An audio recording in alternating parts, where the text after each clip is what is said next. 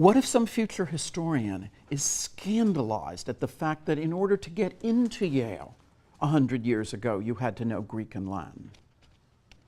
If you look at what those gentlemen C students had to study or were responsible for in, say, 1925, it's extraordinary. It's not very impressive in the sciences, but the decline of the humanities, if by decline we mean things like knowledge of classical literature, is stunning. Somebody may decide in a few hundred years that the Dark Ages began in about 1950, and that those pathetic people in, say, 2011, impressed with their little technological toys, nonetheless didn't know anything.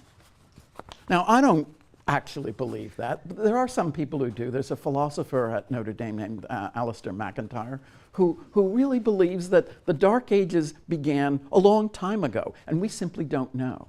We simply refuse to recognize this. I was impressed by an obituary for a man named Patrick Leigh Fermor, who died at the age of 96 earlier this year. This is the last of the great British characters of the 20th century. He not only was classically trained, wrote a lot about Greece, lived in Greece. He, in World War II, disguised himself as a Greek shepherd in Crete, engineered the capture of a German general and the delivery of that general after 3 weeks of hiking through the mountains of Crete to a British destroyer.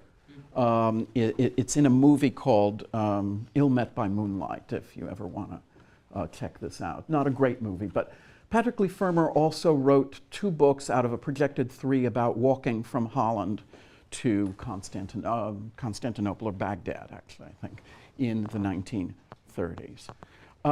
But the obituary describes a conversation he had with this general, this German general, whom he is, kind of trying to get across Crete. And the general at one point, over some fire in the wilderness, quotes a line from Horace, the Roman poet, that then Patrick Leigh Fermor finishes for him, and indeed quotes the next 2 stanzas. Well, that world is over. That world is over. I don't pretend to be part of that world either. And that's a world that would have existed in the time of Horace, or the years after Horace, who lives at the time of Augustus. This would have existed in 300 AD. It would have existed at least in a few monasteries in 800 AD. It would have flourished in the Britain of the 18th and 19th and early 20th centuries.